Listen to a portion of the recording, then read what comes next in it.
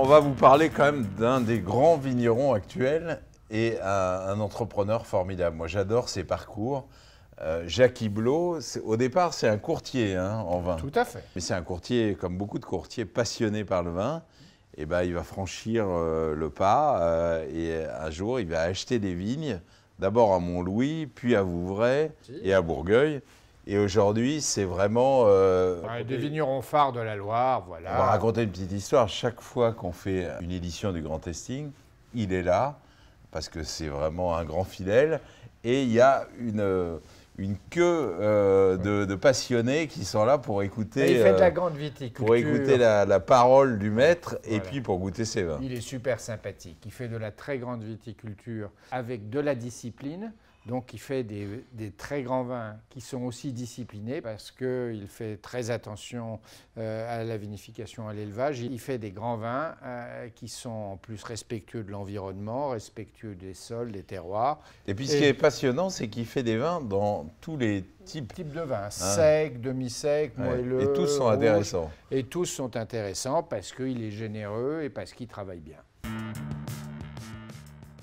Il y a jamais de sucre rajouté dans les 3 opérations. D'abord, il n'y a pas de chaptalisation. Pas de rajout de sucre pour la seconde fermentation.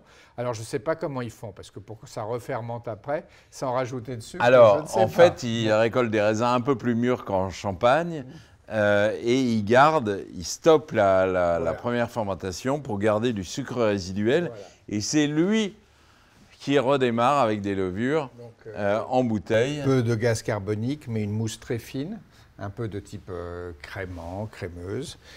Et évidemment, zéro sucre, zéro dosage à la mise en bouteille définitive.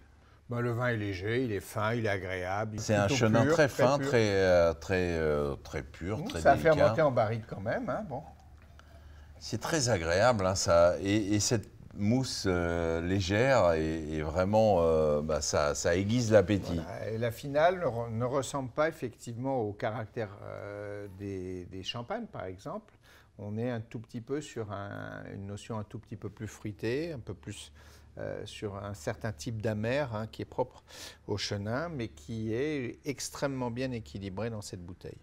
Et puis, il y a toujours un truc chez Jackie, dans tous ses vins, c'est qu'on a envie de les boire. Ça a l'air tout simple, mais quand même, c'est fondamental. Surtout celui-là qui est élaboré pour être bu. Voilà.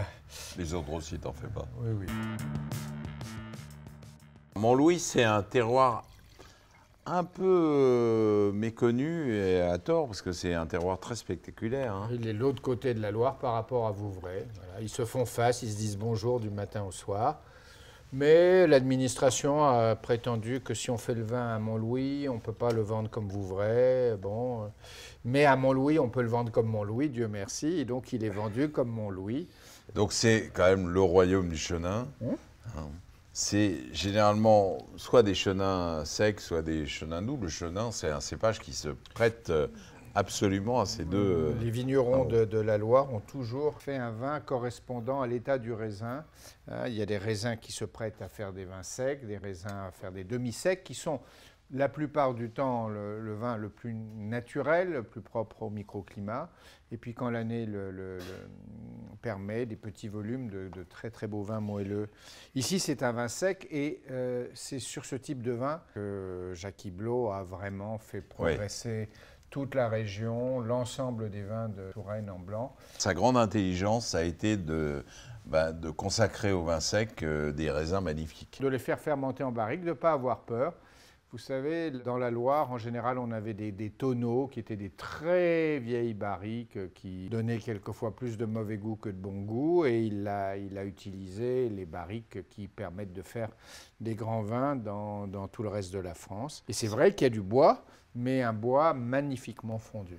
Magnifiquement fondu, il y a de la pureté, il y a de l'élégance et puis il y a une tension, une vraie tension, une vraie matière. Et on a toujours envie de le boire, il y a beaucoup de sapidité. Mais c'est aussi un vin de grande ambition. D'abord qui vieillira très bien et puis qu'on a envie d'essayer avec plein de plats, parce que ça marcherait très bien avec des viandes comme avec du Voilà, poisson. et puis il y a ces arômes de froment que j'aime beaucoup, de boulangerie que j'aime beaucoup. Sans être pâtissier, hein, c'est Sans boulangerie, être pas je mets pâtisserie. Hein. boulangerie et de levure de boulangerie qui permettent ensuite de se marier avec les sauces crémées. Voilà. Donc les viandes blanches avec des champignons, aussi bien que les poissons de Loire, bien sûr. À table!